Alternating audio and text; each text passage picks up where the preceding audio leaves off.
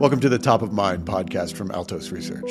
This is the show where we talk to real estate industry insiders and experts about the trends shaping the market today. Enjoy the show.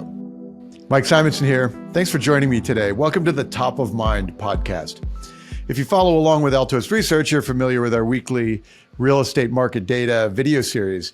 With the Top of Mind podcast, we seek to add context to the discussion about what's happening in the market from leaders in the industry. So each week, Altos Research tracks every home for sale in the country. All the pricing, all the supply and demand, all the changes in that data, and we make the insights available to you before you see it in the traditional channels. People desperately need to know what's happening in the housing market right now as we roll into 2025 already. So if you need to understand the market or communicate about the housing market, this market, to others, go to altosresearch.com, book a free consult with our team. Let's review your local market and teach you how to use market data in your business. All right, let's get to the show today. My guest today needs no introduction to this audience, but I'll give him a little anyway. Logan Mohtashami is the lead analyst and my colleague at HousingWire. He is a prolific commentator on all the different aspects of the real estate market. He's great on stage. He's a very strong view of what comes next. So today we're going to talk about all these things and a lot about what comes next in the housing market. Logan, welcome. Thanks as always for joining. It's wonderful to be here. Terrific. Okay, so you're lead analyst at HousingWire. Tell us, so we're approaching the end of 2024 already. Tell us what you're working on right now and what's exciting for 2025. So what we always try to do is try to teach the supply and demand equilibrium, to give people the data ahead of everyone else. And for me personally, the whole structural housing dynamic shifted after November 9th, 2022, most because primarily home sales stopped crashing. And because of that, we have this back and forth marketplace since 2022, 2023, and 2024. And what's exciting for me this year is that we're not mortgage rates lockdown people. So higher rates, softness in mortgage demand has allowed inventory to increase. We saw this in 2022. We saw this in the second half of 2023. And we saw this in 2024 to a point where I am finally comfortable. It took a while, but we're finally in a place where it's a little bit more balanced than what we saw in 2021 and the early parts of 2022. So now it becomes more interesting because it's almost not fair. We have the data ahead of everyone else and everyone else is, months behind, but it is a very noticeable place to be in for 2025, depending on where rates are, where inventory is, where the economy is, and how that's going to frame housing in 2025, because for the first time in a while, we have, to me at least, a balanced enough marketplace where people have choices and how the economic data is going to really impact the housing cycle, because it's the third calendar year of the lowest home sales ever. And that typically doesn't last forever. And what we have seen in late 2022 and mid part of 2024, if mortgage rates just get towards 6%, you can create enough forward-looking demand data to get better, and you don't need 3, 4, or even low 5% to just boost sales a little bit more from these record low levels. So the big thing is that the supply has finally built up enough that we have some opportunities for buyers. And so that you think like we can reestablish some like normalcy in the market next year? Is that really what you're saying? Yeah, it's as close to as normal as we've gotten in this 5-year period. And that was kind of my whole thing. The whole team higher rates in 2021 and 2022 was that we have to create a buffer. And now that we did, I'm not worried about mortgage rates going lower and creating too many people chasing too few homes. I haven't been able to say that for some time. I was a little bit disappointed in 2023 because we didn't get the inventory growth until the second half. But now this year, I feel much better about the housing market. That's an interesting take, though. So you're finally not worried about too many people chasing too few homes. Yes. And That's a real shift, because even in 23, we saw at the beginning of the year, we saw like a lot of demand, and that pushed that put a floor on prices and held prices up. The late 2022 when mortgage rates fell, for me, you need purchase application data to have at least 12 weeks plus of positive forward-looking demand. And that occurred, and what it did is new listings data trended at the lowest levels ever. So it gave a little boost to demand. We had I think 500,000 home sales in 1 month. That was one of the biggest home sales prints ever.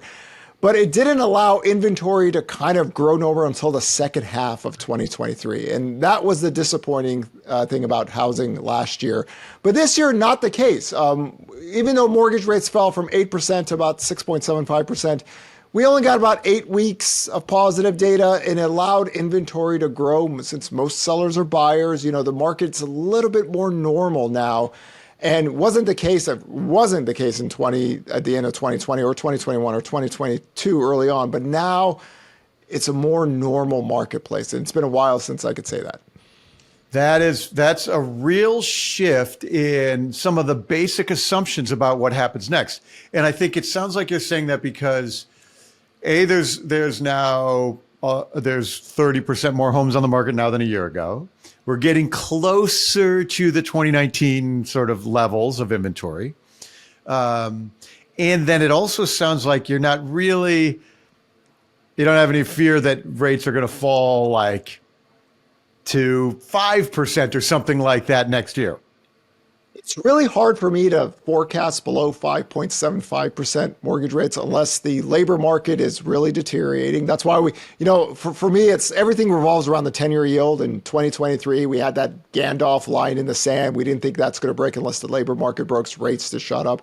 This year, it was Hodor at 380. We got there, and then the labor market wasn't breaking, so it shot up. So the labor market deteriorates more. It's actually a benefit to the housing market more than any other sector because sales are so low.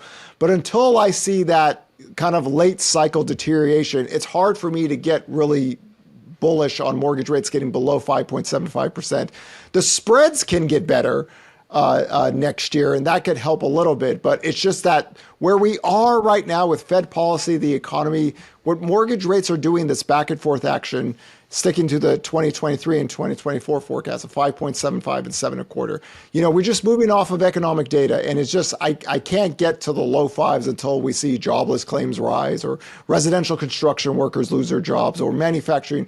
That's kind of a later stage economics, so I'm not quite there yet. But even if that did occur, I'm not worried about were 240,000 single-family homes in March of 2022, and we have 80% multiple bids, and their homes were 30 or 40 people. That was savagely unhealthy. So I'm just glad finally that we could actually talk about a housing market that is somewhat normal. Yeah, that's a real shift in how to think about it, because previously any dip in rates, we had people rushing in, and we had overbids, and we had bidding wars, and we had tight inventory, and we pushed prices up. And so then next year we maybe have a few more sales. Rates come down, we have a few more sales, but you don't see the conditions where we have dramatically dropping inventory, for example.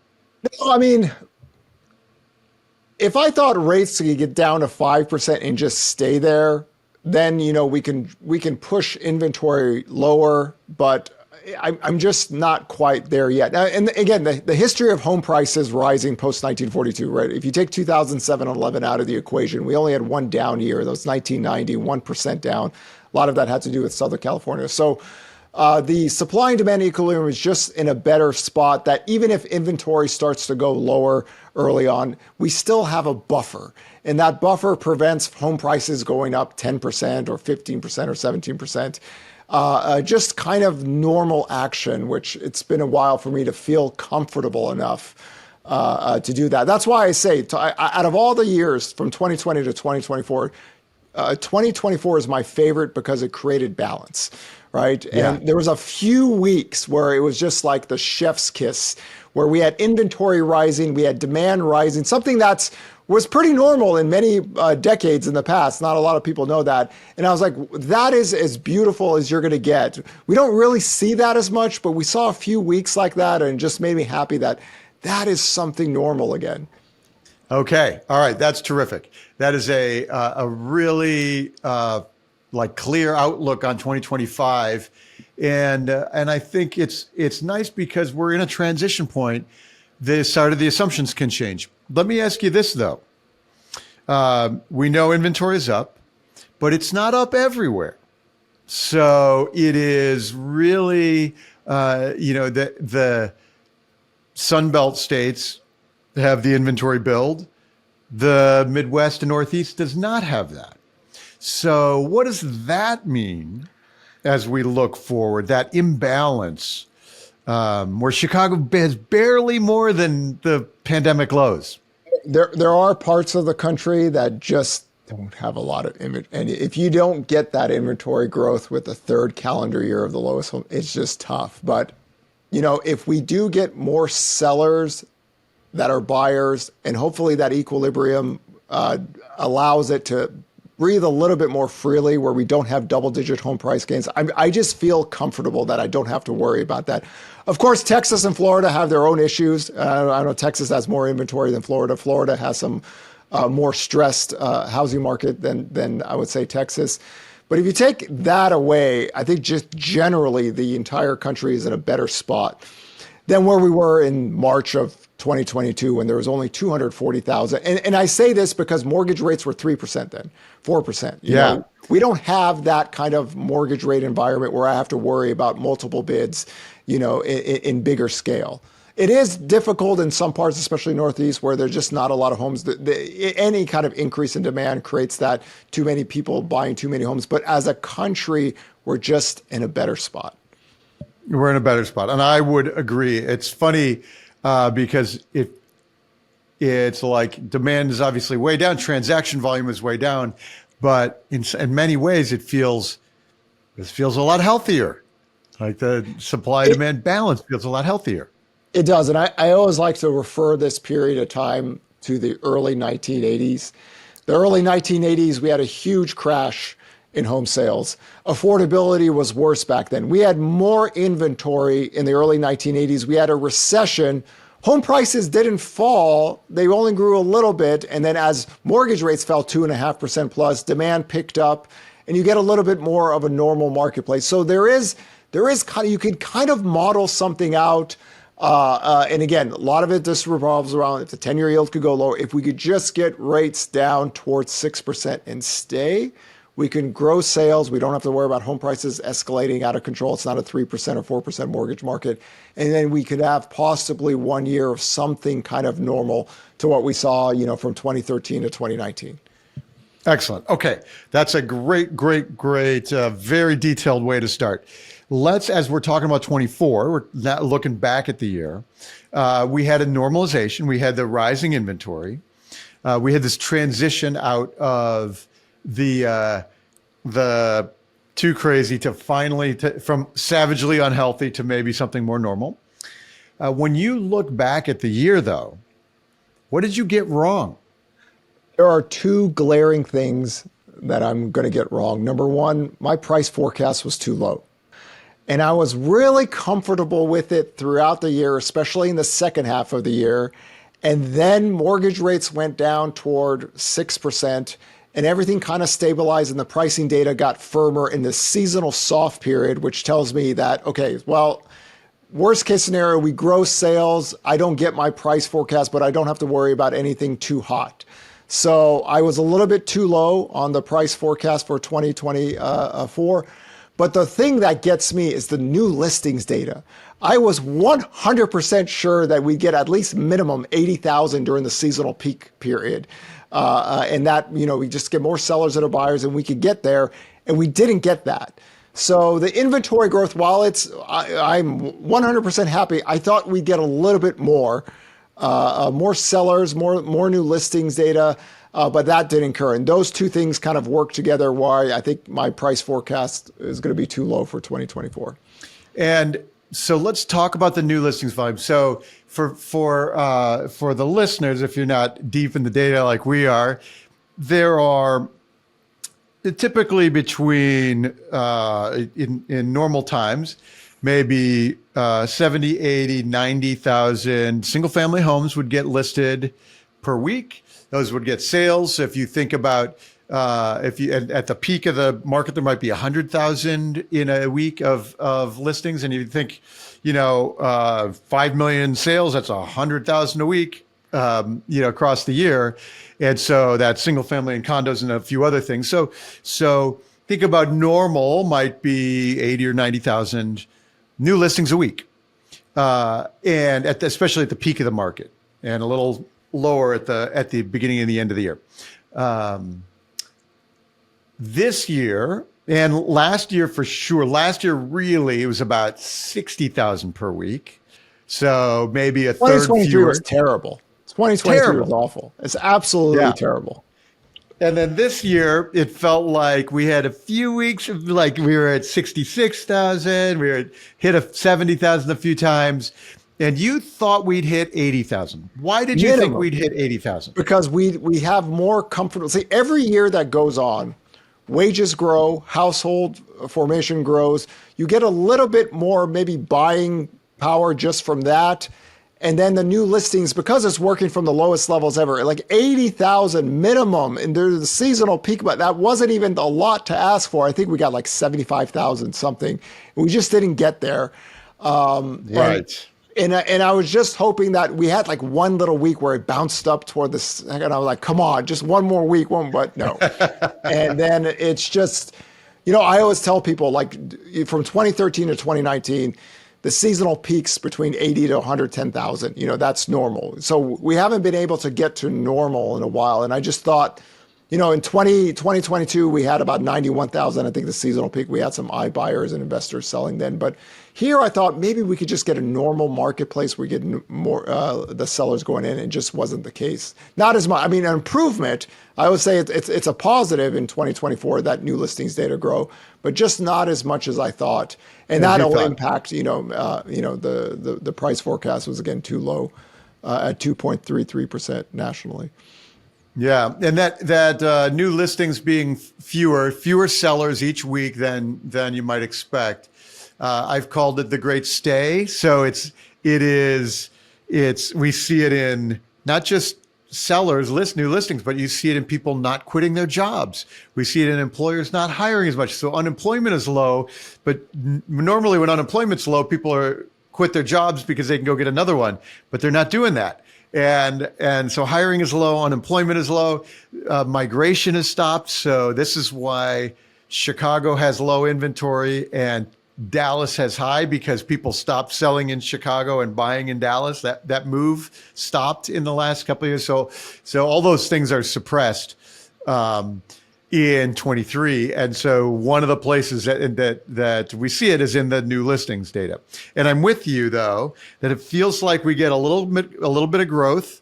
We'll get a little bit more growth next year. So it's another year where people are like, my family's growing and I've been putting off moving and now I have to move. Time to do it is a few more folks are like, well, my income's picked up. I can afford to do it. Each year we get a few more folks who are more likely to move. And also now we have 3 years of people buying homes at 5, 6, 7% mortgage rates. And if you bought 3 years ago at 6%, you can move now and buy at 6% again. And so those are they're not locked in with super cheap rates. So more of those folks exist. We are creating a very, very big pool of missing buyers into this. So I kind of calculated that, when home sales are down, existing home sales are down to 4 million, every year about 1.3 to 1.7 million traditional buyers are not there. So this is the third year. So we're kind of like at 4.2 to 4.7. If another year happens like that, we're like 5.5 to 5.9. We're really building a block of people that would traditionally buy, just waiting. The only concern I would have in 2025, let's just say there's a hypothetical shock in the economy somewhere, and rates just have to go much lower than anybody thinks. Housing disproportionately benefits in that because it's disproportionately been hit for the last 3 years. And I'm not that comfortable if rates go below 5% that we have enough inventory. If all those people say, hey, listen, I'm still employed. And okay, here it is. We've been waiting for so long. That would be one red flag. Cross that bridge if that ever happens. That would mean something bad would have to happen to the economy. But because it's been so many years of depressed sales, and it's not like we have underwater mortgages. It's not like credit is tight. It's not like demographics are bad. We have all the positive backdrops of it's just affordability. And that would be the one concern if something happened to rates just shot down faster than anybody thought. And then all of a sudden, the majority of people are always employed in any single recession or any single economy cycle. And they go, hey, listen, well, we waited too long. Here we go. And then in some parts of the U.S., you get too many people, bidding again. And that again, would not be a healthy housing market to me. So you see a shadow demand, a pent-up demand for home buyers. Yeah, I never liked the pent-up demand theory. I always thought it was a marketing gimmick, but because home sales have been depressed for so long, and I don't have underwater mortgages like I had in the last decade. I don't have the demographic issues like I had last decade. I don't have credit being tight. Everything is still in play and functioning, but we just have and whenever rates do fall, and we've seen it twice now, when rates get towards 6%, we have over 12 weeks of positive demand. We get about 500,000 home sales. Imagine if rates just stay, it's very unlikely, but 5.75 to 6.25 for 12 months. You can get between 380,000 to 621,000 existing home sales to grow, plus you get new home sales growth. There's as close to that million additional home buyers. And, when people say to me, well, why doesn't the Fed do anything about housing? You have to think about it in their light. In the previous decade, total home sales getting near 6 million was the peak. We're about near 5 million. So we're missing 1 million mortgage buyers, marginal home buyers. So to them, the housing market is still intact, like new home sales has outperformed. You get something like that. You can get a good chunk of that back, and it looks something like what we saw in the previous decade. And that's why they're not so concerned about the existing home sales, or it's not part of their dual mandate in that regard. The new home sales market, because of residential construction workers and how that ties to the economic cycle, that's something they keep an eye on. But to them, existing home sales, there's a lot of people with very low mortgage rates, low total housing payments. They are protected. They are in a good financial shape, and they're not going to use that as an example to kind of push rates lower or talk about things to boost housing demand. Right. Okay. So if there's like a big crisis, which is not forecastable, then we'll go back to the drawing boards on 2025. So let me ask you some specific forecasting questions. Do you think in 2025 we see our new pendings number hit 80K? Yes. Our new listings number hit 80K. Yes. Yes. Okay. You're putting that again. Okay. 80K again for the new listings.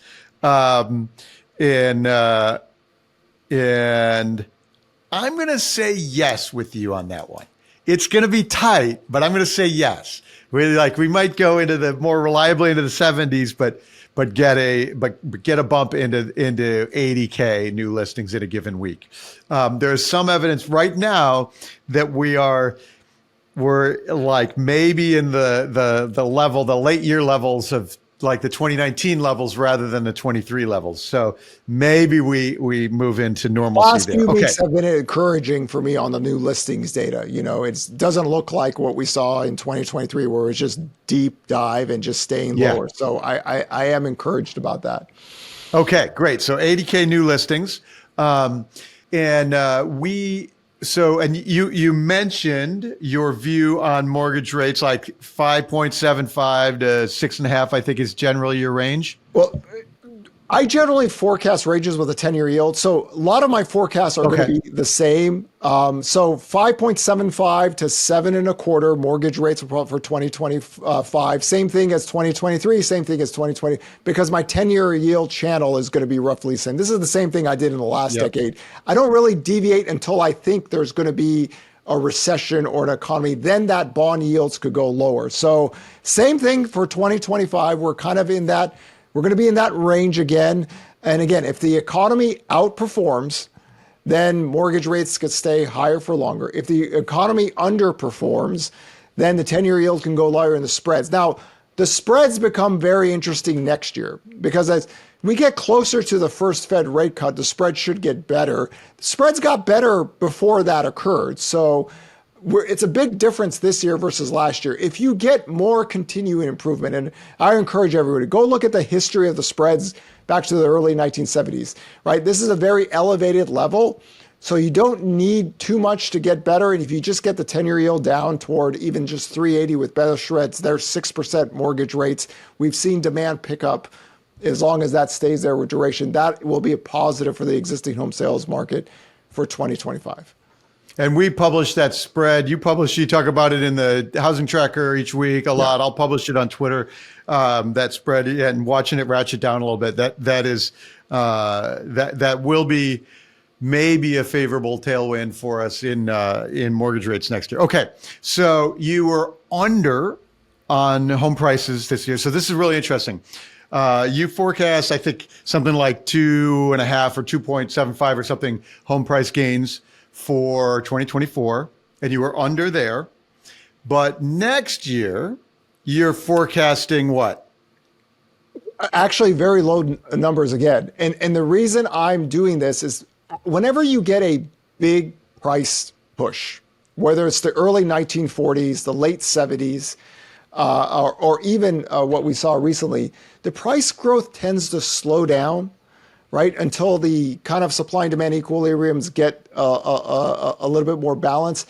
And I just don't see like really big home price gains in this environment because I don't see rates at 3 or 4%, and I see inventory growing. So another very low single-digit home price growth year.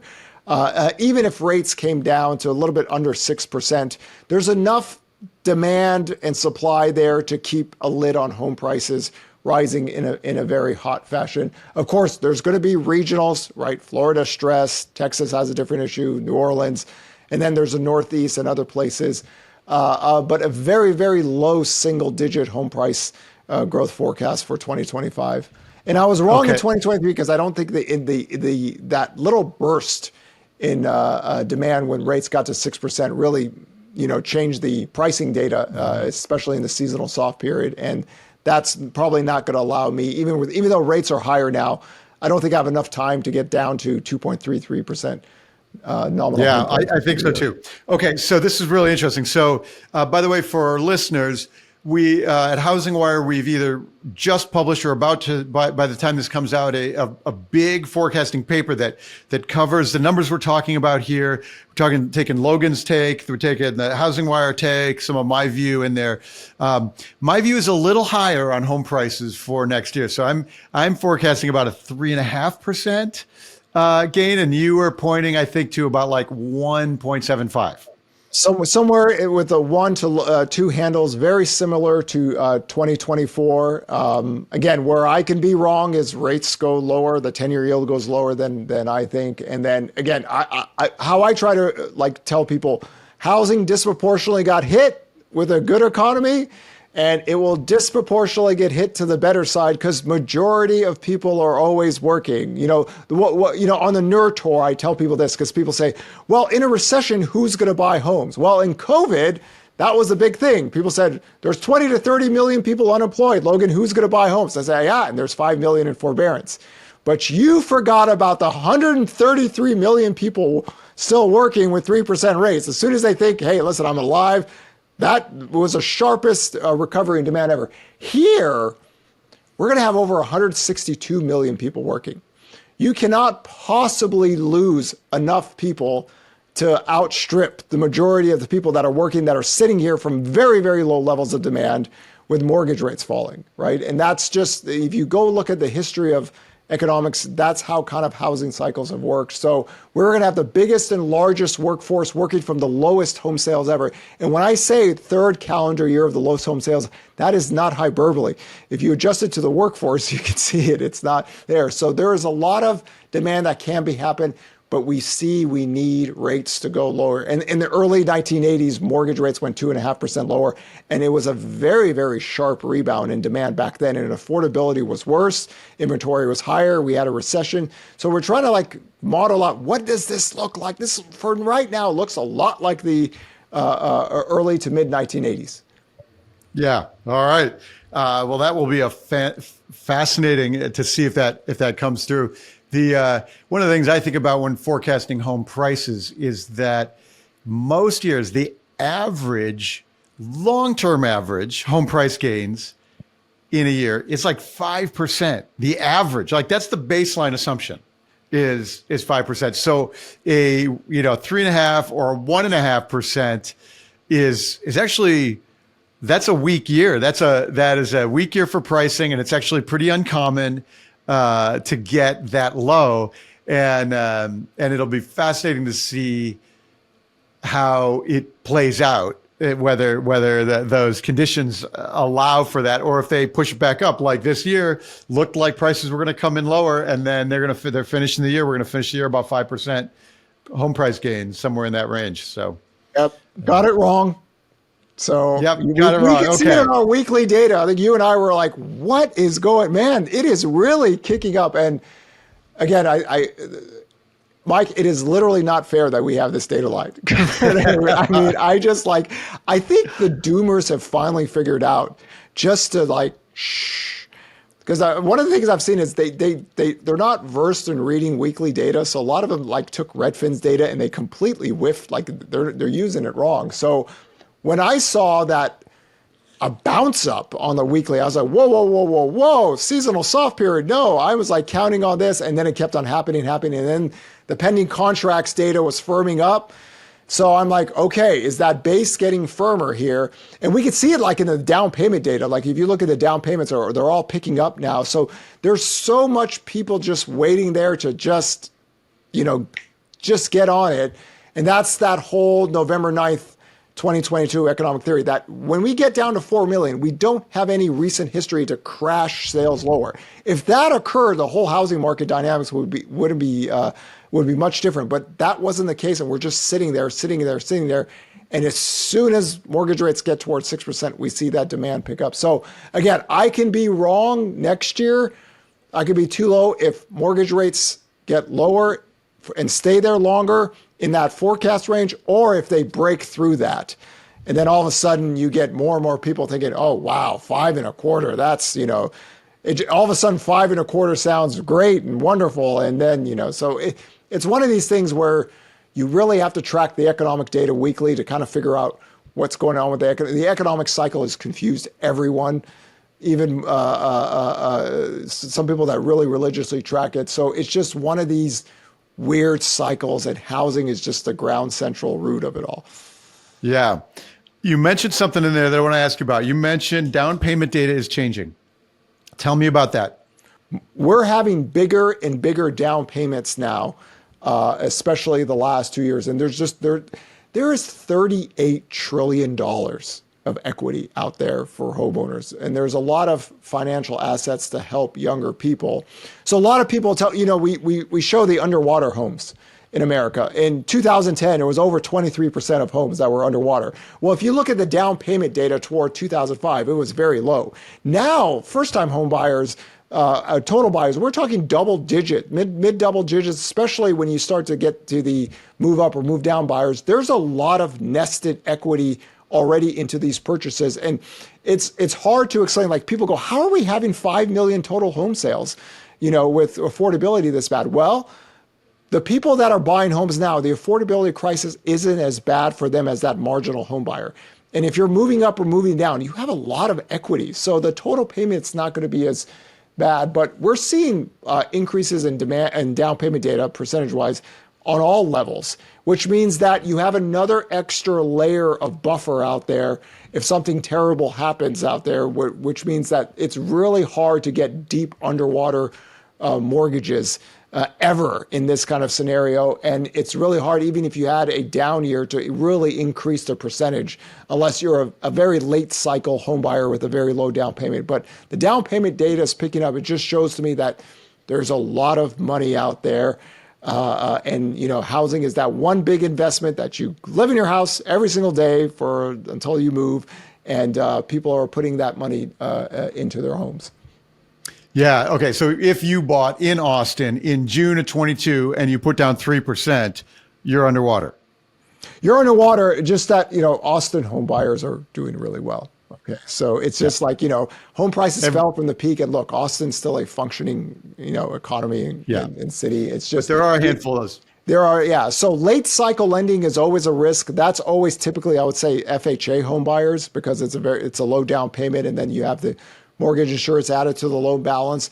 But in scale terms, the median, like, people are shocked to figure out, like I was showing the data for last year, it's like the median down payment was 15%.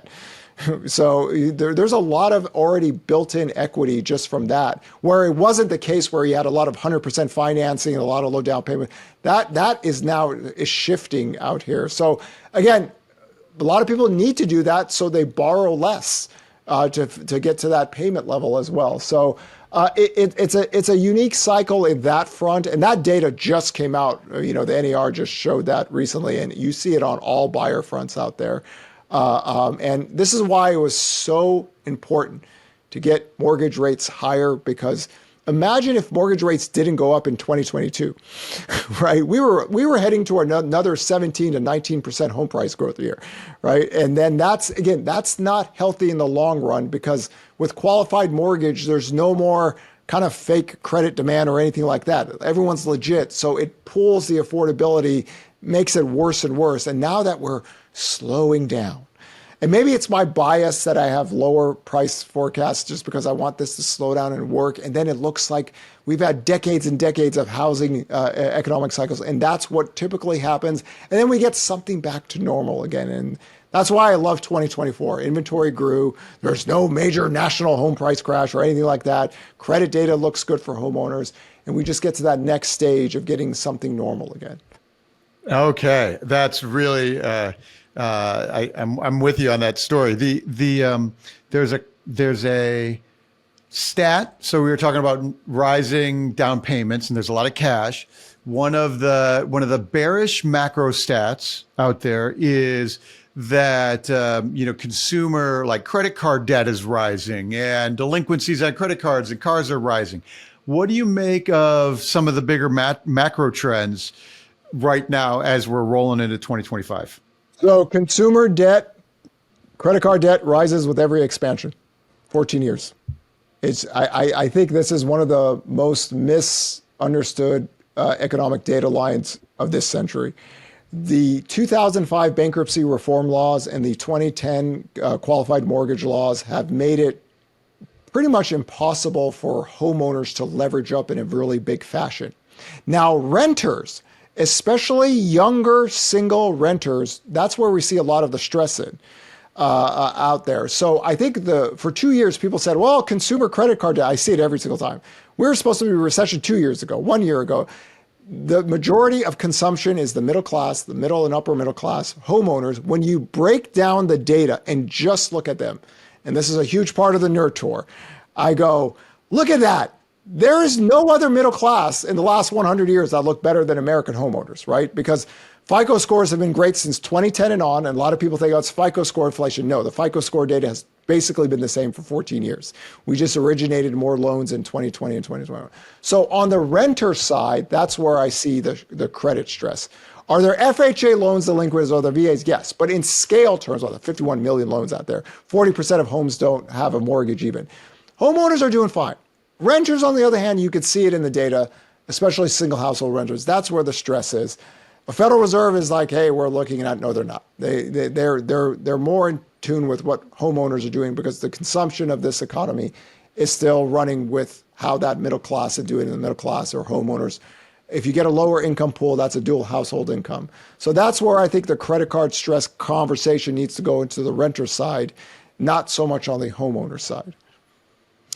Okay. Are there other macro trends that we should be paying attention to for 2021 or 25? 2025. So right now we're at the point. Now, I was wrong on the labor data for some time. Once we got over above 157 million total employment, all I was writing is about, we're eventually going to get down to 140 to 165 or 140. We're just going to get that trend line back. And it wasn't happening for a while. Now that we have the revisions, we're basically right there. So when we look at the labor data, it's been softening for 13 months. It just hasn't broken yet. Breaking is jobless claims. So what two sectors get hit first before every single recession? Residential construction workers, which is flag number one right now, because the builders have shown us 6.75 to 7.5% rates doesn't really work for them. From March to July, we had no growth in residential construction workers. The last month was a negative. Builders' confidence was falling. So rates getting back up here, that's something to think about for all of 2025. And also manufacturing jobs. Take the Boeing strike out of the equation and then the rebalance after that. Manufacturing data looks softer. Those are two things right now for 2025 that get my full attention, because that's the economic cycle work, which I primarily do. But for housing, again, disproportionately, a weaker economy, a softer labor market helps the housing market. So that's why the economy is on one side and the housing market is on the other. But that thing could be the big change for 2025 if things do get worse on that front. Okay. And so when we're talking labor, it's specifically residential construction and manufacturing jobs are the ones that you care about, that look like they're softening.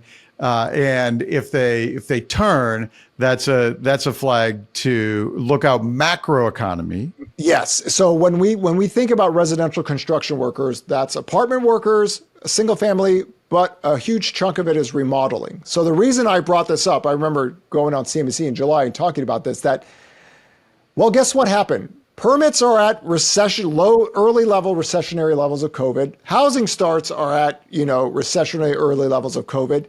But then Home Depot and Lowe's warned as well. Well, that's the trifecta. This is the first time the trifecta happened. Then mortgage rates went from 7.5% to 6%. And all of a sudden the builder's like, hey, and that builder confidence, everyone remember, it's tilted to smaller builders. The big builders that are publicly traded company, they've got margins to still keep things going. But when rates fell, all of a sudden their confidence, but then rates shot right back up again. So it's a tug of war, and we try to find clues. Like I always say, Mother Economics, she's a serial killer. She wants to get caught. She'll leave you clues. She'll leave you crumbs, right? So we try to find that early signal, and the builder's confidence data is probably the only good survey data we have left in America, because it's all about how to make money, right? And if that confidence goes lower and rates stay elevated and permits go even lower, once the units completed, which is happening now, we're completing a lot of projects, then those people don't have jobs with permits so low. That's where you see the contraction in residential construction, especially if the remodeling business doesn't. So it's kind of like a thread the needle the Fed's trying to do here. But if you track economic cycles, those are the two things to keep focus on right now. And do you think the Fed cuts again this year before the end of the year? I think they'll cut 25. They want to get down to neutral, wherever neutral is for them. People have to remember the Fed funds rate. The Fed looks at the economy different than stock traders and people on social media, right? So they kept things restrictive until they felt more confident that the labor data is getting softer. So then they could cut rates all the way down to neutral. Remember, neutral is not accommodative. There is no Fed real pivot like people are thinking about. The Fed only pivots when the labor market is breaking. That means jobless claims start to rise. If that occurs, then the 10-year yield for housing purposes only, the 10-year yield gets ahead of the Federal Reserve Fed rate cut. They'll cut more aggressively in that situation, but they will slowly move down to neutral and just stay there as long as the economy is expanding. So again. So let me recap this, because I think this is a really useful frame for people. The Fed is likely to keep cutting because the current rate is actually restrictive. It's actually saying, it's actually in a position still that says we're afraid of inflation, that even if they're no longer afraid of inflation, the rates are still such that they are restrictive. So they will keep cutting to neutral. They are not yet accommodative, meaning, holy shit, we need the economy to grow. And so that would be cutting on the other side of that. And we don't have any evidence that that's the case yet, but we still have plenty more rate cuts to get there. When the Fed cuts the short-term rates, say in whatever, December, next time they're going to cut, and 25, and they do another 25 in the first quarter, what's your expectation happens to the 10-year? Well, I think the 10-year priced in a lot of Fed I'm cutting around that 380 level. To get below 380, you just need economic data to get much weaker. So there's a lot of easing already priced in already. What Fed rate cuts can do, help land purchases, help apartment construction, and also get the spreads better. But to me, once we hit that, I call it the Hodor line for Game of Thrones fans, hold the door. At 380, if we break below that, then the economy was getting weaker and the data has to verify it. And what occurred was the timing of it was very, very miraculous. The day the Fed cut rates 0.5%, we had a series of economic data beat expectations. So if anybody sees the City Surprise Index and the 10-year yield, they kind of move hand in hand. All of a sudden, all this data was beating expectations and the 10-year yield rose. So the timing of it couldn't be any worse because it looks kind of bad for the Fed. But a lot of easing is already priced in on the 10-year yield. But if the labor data and the economy gets weaker, the 10-year yield will get well ahead of the Fed, and the Fed is playing catch up, right? So the Fed is just playing catch up to a 10-year yield that's already priced in a lot of easing, and kind of keep that 380 line. That's kind of the line in the sand. If jobless claims start to rise up, and the last jobless claims print, as we talk about today, was like 216,000, then it's a whole different story. But for now, the Fed will take it nice and slow. And then if something happens, then the bond market gets ahead, disproportionately helps housing. And then the Fed follows through with it. There's a lot of things the Fed can do if they wanted to help the economy. But right now it's slow moving. And it's just that tug of war with the 10-year yield and economic growth data. Okay, I'm going to summarize our 2025. Then we're going to do one more question about the longer term future. So summary, what you're telling us about 2025 is you don't see dramatically lower bond yields or mortgage rates roughly in the same range that they spent this year. But you do see new listings volume picking up. You do see total home sales picking up some in the year. And because supply is higher, you see that, and it's still, when we still don't really have a lot of affordability, you see that home prices don't really gain that much, underperform in the year. Do I have your 2025? Yes. Just okay. If I thought rates can get below 5.75 and stay there, then I have a whole different view of housing. You know, you get more home sales and price growth but no, not I'm just not there yet with the economy. And it's not the 240,000 single family homes March 3% mortgage rate. Inventory has grown. Rates are still elevated. Every economic cycle has needed 2% plus mortgage rates to go lower since the early 1980s for it to really take off. So we're not quite there yet for 2025. The X variable for everything is something happens to the economy where housing disproportionately get benefits, but the economy gets weaker on that side. Okay, that is a terrific summary. Now, let's talk about the longer term future. When you first came on this podcast a few years ago, one of the things you had was a 2024 view of demographics. This is the millennials in their late 30s. The millennials are now 40. And we can say with shock as two Gen Xers here, so it's now 2024 is the end of your previous demographic wave. I was not supposed to do anything after 2024. That was supposed to be the end of everything, So change it. Things change. Plans change. So let's talk about the second half of the decade. Okay. What do we see? My whole work going back from 2010 was that the last decade was going to have the weakest housing recovery ever. There was a lot of things that needed to get better. Household formation works itself up to years 2020 to 2024. And then we have this once in a lifetime unique patch. Ages 28 to 35 are the biggest ever. What's occurred was the worst thing possible happened, which is the big concern, is that inventory slowly moving. All of a sudden prices escalate out of control and demand gets crashed. Because demand has crashed for 3 years now, we're missing home buyers that should have been here the last 4 years, or the last 3 years actually.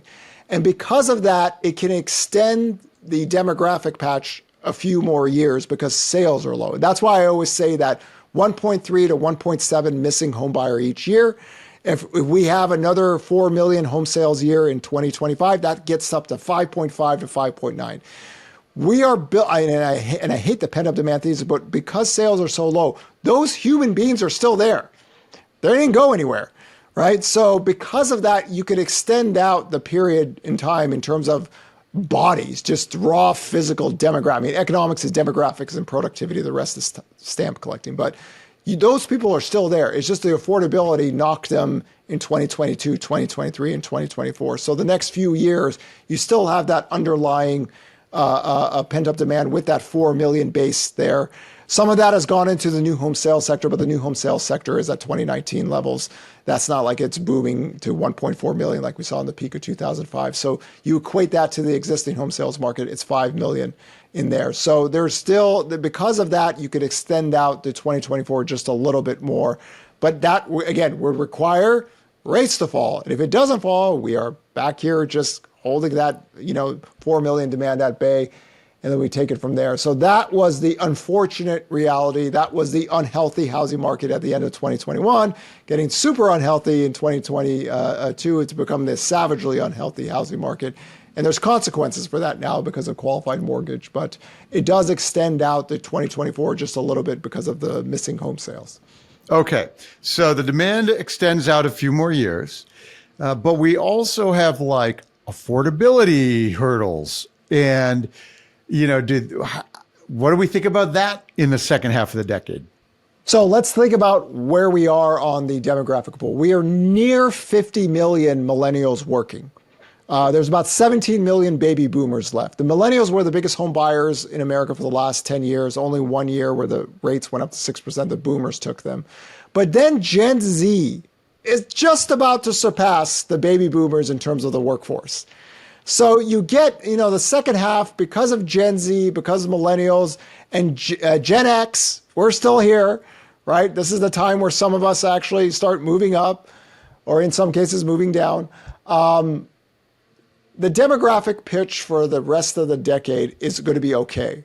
If we didn't have Gen Z or millennials, we're like basically Japan, right? Where 40% of our population will be dead by the end of the century, but we're not. We still have them. So you think of the 5 pillars of housing demand: move up buyers, move down buyers, first-time home buyers, cash buyers, investors. You put them all together, you still that 4 million base, and you just rise that up depending on where rates is for the rest of the year because Gen Z is starting to come into the play. And again, you put Gen Z and millennials, that's a really big demographic patch right there. And then the baby boomers are still buying homes to the second, and then you have Gen X right there. You're okay. You're in a good spot for the next 5 years, especially now the fact that we've had the third calendar year of the lowest home sales ever. And I keep on using that because that's such a baseline portion of my work right now, because that 4 million level held. We've had 6 to 8% mortgage rates, rising home prices, and that 4 million level is basically still held. It's not crashing below it. It's not going up above it really, but that base is still there. So you get a little bit more demand and again, wages rise, dual household incomes. You put it together, dual household incomes is the best way of fighting housing inflation. You could get a little bit more demand in the next few years, but again, it's rates and the economy. Logan Mohtashami, thank you so much today. What a terrific time. It's always fun to dive into all the data. Everybody, if you don't already follow Logan, I'm sure you do, but he publishes every week on the weekend, the housing market tracker, and dives into the latest of those, the mortgage data as well as the Altos data. It complements very nicely the stuff that I publish on Monday. So track both of those to really keep your eyes on and see if our forecasts. It's not fair. I'm telling you, this is the dynamic duo because we got the economic side on one, and then we got the inventory side, and it's ahead of everyone. It's literally not fair. I almost feel bad for the doomers, but I don't really. I mean, it's just like, I think there's a realization now that they're like, okay, this stuff has worked in the most chaotic time. Like the last decade, it was the boringest housing cycle ever. But in this chaotic period where you could assume a lot of things, but the data has to verify it. And again, I always tell people, if you're thinking of housing 2008, the new listings data just took off, right? You had so many delinquencies and credit stress where it's like 3 times more the new listings data this week compared to the weeks in 2009, 10, 11. So let the data guide you. Don't let your ideological takes guide you. Let the data guide you. If it gets there, if it goes negative, we go negative. We don't double, triple, quadruple down on a bad theory because we want attention, right? We take pride in our work, pride in ourselves, but let the data guide you. And that's what we do every single weekend. And it's literally not fair because we have the freshest stuff out there. Exactly. Terrific. All right, Logan Mohtashami, thank you so much, everybody. This is the Top of Mind podcast. If you enjoyed this conversation, I really appreciate some stars, like some 5-star reviews wherever you get your podcast. That helps other people find it and helps other people hear the inimitable Logan Mohtashami. We ought to get him in front of more people. All right, everyone. Thank you so much. We'll be back very soon. We didn't even talk about the election. It's election today, and we're recording this. We didn't even talk about that, but we'll hit that next time. All right, everybody. Logan, thank you so much.